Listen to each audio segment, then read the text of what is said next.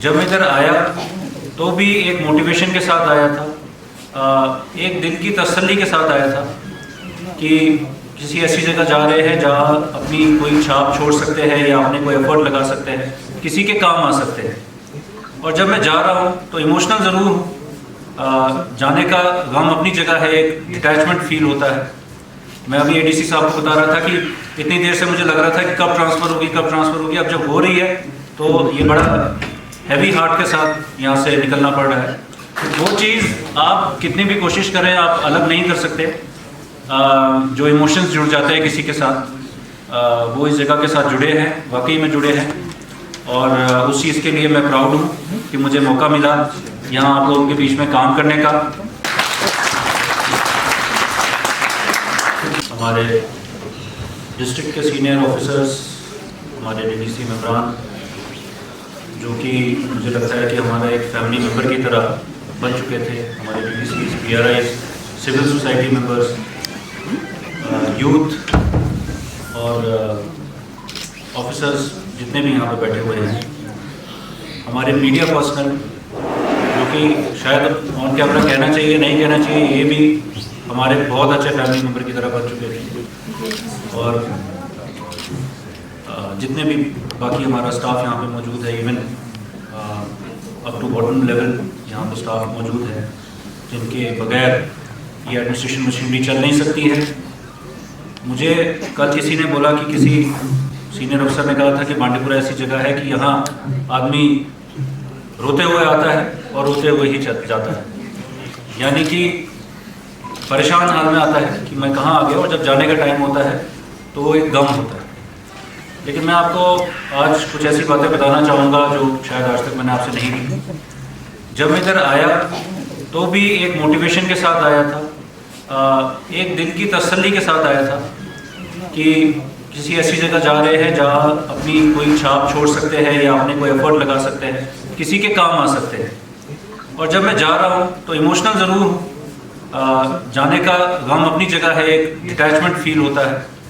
मैं अभी एडीसी साहब को बता रहा था कि इतनी देर से मुझे लग रहा था कि कब ट्रांसफ़र होगी, अब जब हो रही है तो ये बड़ा हैवी हार्ट के साथ यहाँ से निकलना पड़ रहा है। लेकिन ये खुशी भी है। खुशी इस चीज़ की है कि बहुत सारी चीज़ें थी जो आते ही मैंने सोची थी, और मुझे भी लगता था क्या ये हम चीज़ें कर पाएंगे या नहीं कर पाएंगे।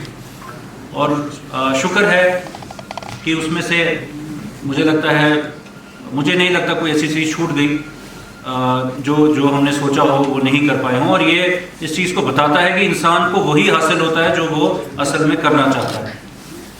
ये इस्लाम का एक बेसिक प्रिंसिपल भी है, और आजकल मॉडर्न ज़माने में इसको थ्योरी ऑफ मैनिफेस्टेशन बोलते हैं कि आप जो सोचते हो, आप जो चीज़ करना चाहते हो, आप उसी की तरह बिहेव करने लगते हो कि आप उस चीज़ के और करीब पहुँचते चले जाते हो।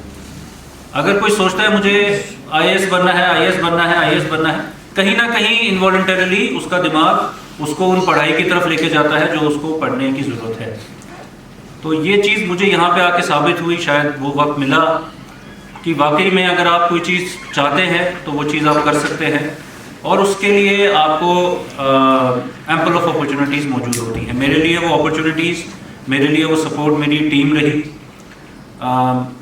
आज ये वीडियो में हम शुरुआत में जैसे देख रहे थे कि हॉस्पिटल कंप्लीट किया, मैं भी जब गया मुझे भी लगा था नहीं हो सकता है, मैं भी जब गया मैंने भी देखा बहुत मुश्किल काम है, लेकिन टीम को बुलाया, बात की। हमारे एमएस जो हैं उस टाइम थे, फिर उसके बाद जो बाद में भी आए उन्होंने भी उसमें बहुत ज़्यादा इम्प्रूवमेंट की। उस टाइम के जो इंजीनियर्स थे उनसे बात की कि क्या ये नहीं कर सकते, किस तरह कर सकते हैं। वहीं से आइडियाज़ निकल के सामने आए और वही इम्प्लीमेंट हुए, और महीने भर के अंदर वो हॉस्पिटल तैयार हो गया, डिस्ट्रिक्ट हॉस्पिटल फंक्शन करने लग गया। और जब एक बार चीज़ बनती चली गई तो धीरे धीरे करके उसमें फैसिलिटीज़ आती गई, और मुझे उम्मीद है आगे जाके और भी इसमें बहुत सारा सुधार होगा। यह रोड्स की बात है, जब मैं आया तो मैं ये हमेशा देखता था कि अगर मुझे इतनी तकलीफ है तो जो अक्सर औकात लोग जाते हैं, और ख़ास तौर पर मेरा पता नहीं क्यों ध्यान उस वक्त पेशेंट्स के ऊपर गया कि किसी पेशेंट को अगर रेफ़र होना पड़ता है और वो श्रीनगर जाता है तो इस रोड से जाता है तो उसकी क्या गलती है।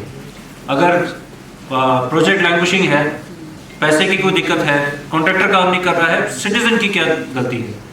तो कोशिश की, जो मुश्किलात थी उनको बीच में दूर किया। बैठ सकते थे हम आराम से कि भाई ऐसा प्रोजेक्ट है कि इसमें ऊपर से पहले सैंक्शन आना है, उसके बाद काम होगा, लेकिन नहीं, पीछे लगे रहे। बहुत सारे तरीके होते हैं जिससे आप ये काम कर पाते हैं। तो ये टीम की बदौलत है, मैं यही कहना चाहूँगा। कोई काम मुझे नहीं लगता कि ऐसा था कि मैं इंडिविजुअली वो कर सकता था जब तक कि मेरे साथ मेरी स्ट्रॉन्ग टीम मौजूद ना होती। और